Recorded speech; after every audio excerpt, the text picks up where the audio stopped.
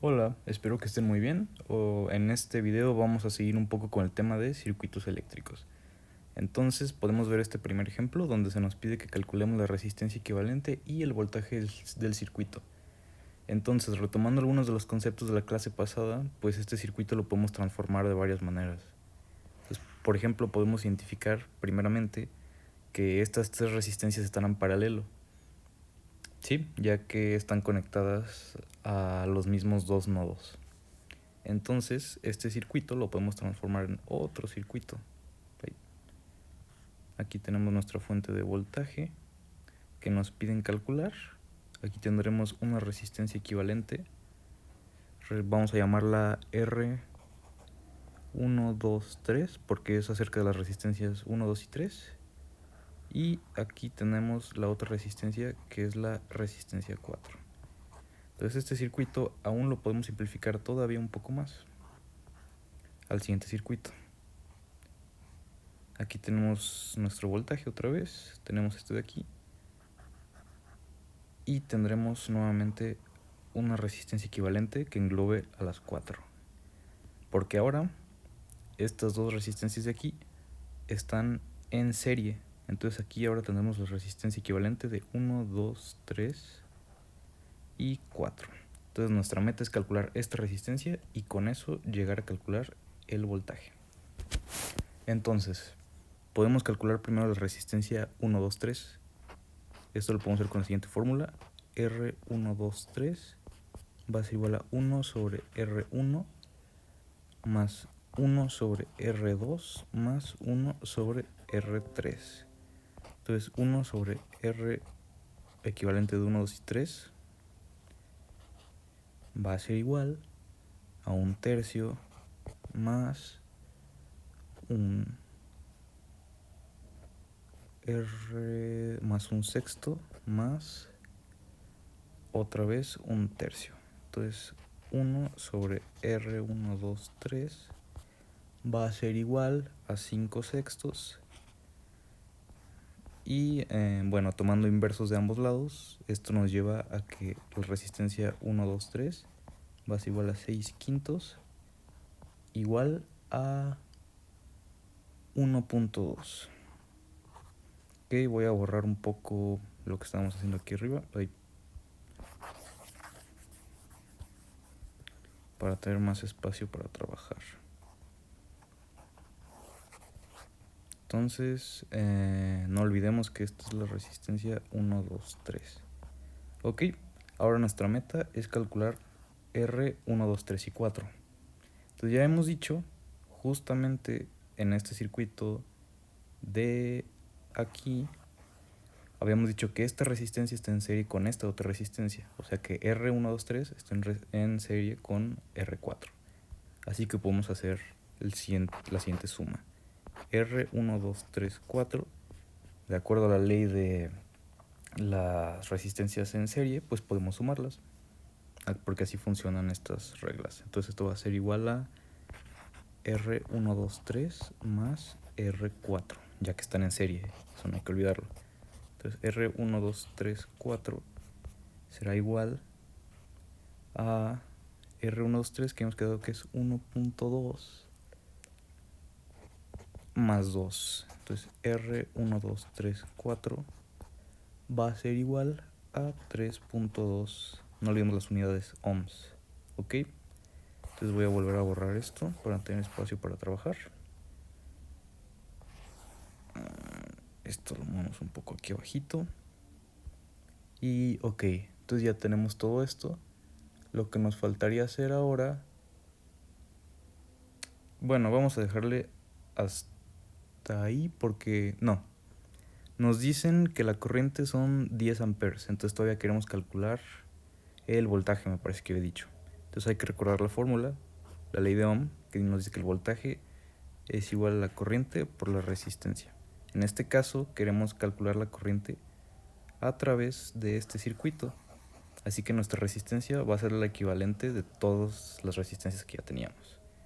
Entonces nuestro voltaje va a ser igual a I, que son 10 amperes, por 3.2. Entonces nuestro voltaje va a ser igual a 32 volts. ¿Sí? Entonces ese va a ser nuestro resultado, este de aquí.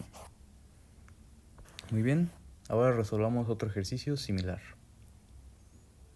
En este caso lo que se nos pide es calcular la corriente equivalente total a través del circuito. Vamos a imaginar que aquí hay una corriente. De hecho hay una corriente y le vamos a llamar I. Nos piden que calculemos eso y que calculemos la resistencia equivalente de todo el circuito. Entonces lo que queremos llegar a hacer es representar este circuito de aquí como un circuito que se comporte exactamente de la misma manera, pero que lo podemos describir de una manera más simple, donde esta es la resistencia equivalente. ¿Sí? Entonces vamos trabajando un poco en esto. Primero podemos notar algunas cosas. Estas tres resistencias de aquí están en serie con ellas. Y a su vez, estas tres resistencias están en paralelo con esta de abajo. Entonces podemos transformar el circuito de la siguiente manera. Ok, de varias maneras. Así que vamos a hacer nuestro circuito primeramente así.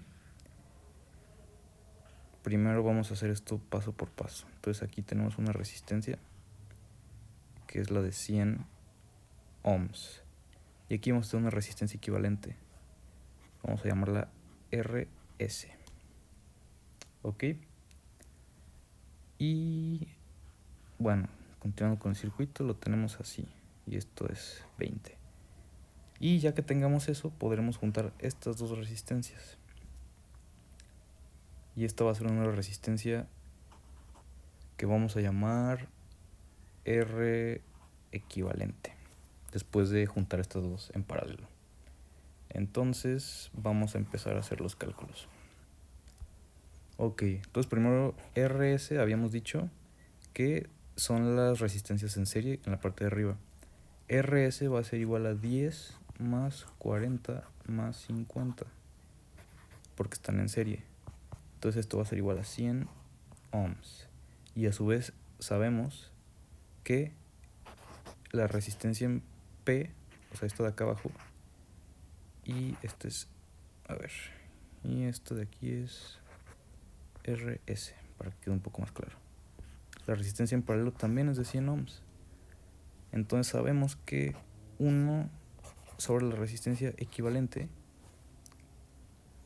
va a ser igual a 1 sobre 100 más 1 sobre 100. ¿Ok? Esto pues claramente es igual a 1 sobre 50, lo cual nos lleva a que la resistencia equivalente es igual a 50 ohms. Entonces vamos a borrar esto que hicimos por aquí. Entonces ya tenemos toda la información que queríamos para calcular la corriente y ya tenemos la resistencia equivalente. Entonces recordemos la ley de Ohm, que nos dice que el voltaje del circuito va a ser igual a I, la corriente total, por la resistencia equivalente. Entonces nuestra corriente despejando va a ser igual al voltaje sobre la resistencia.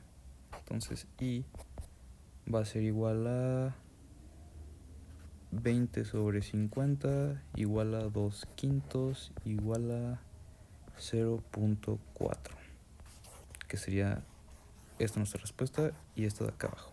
Entonces con eso terminamos este segundo ejercicio. Y ahora vamos a estudiar un poquito el tema de campo magnético, no mucho, porque lo guardaremos para el siguiente video, pero vamos a establecer algunas diferencias. Habíamos hablado ya hace tiempo del campo eléctrico y ahora nos toca hablar del campo magnético. Entonces vamos a listar algunas de las diferencias que hay entre estos dos y ya en el siguiente video lo exploraremos un poco más a fondo. Ambos son campos vectoriales. Ambos actúan, digamos, a distancia, pero hay algunas diferencias importantes. Por ejemplo, la fuente es el campo eléctrico. Podemos decir que son las cargas puntuales, cargas simplemente. Mientras que en el caso de los campos magnéticos, la fuente son otras cosas. Fuente... son otras cosas, son cargas en movimiento.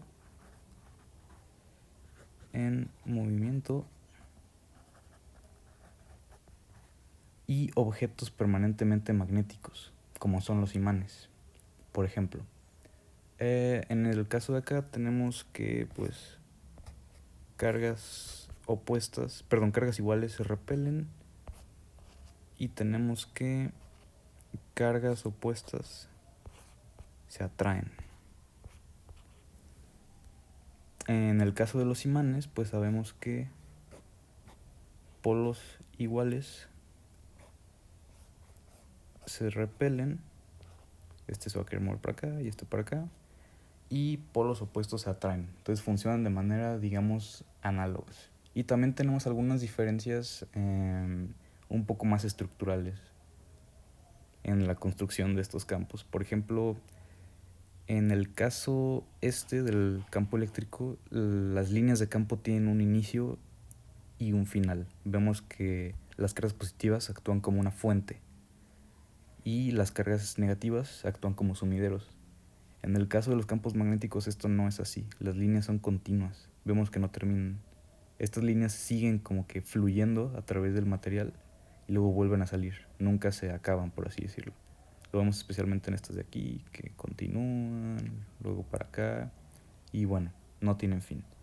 Entonces en el siguiente video exploraremos un poco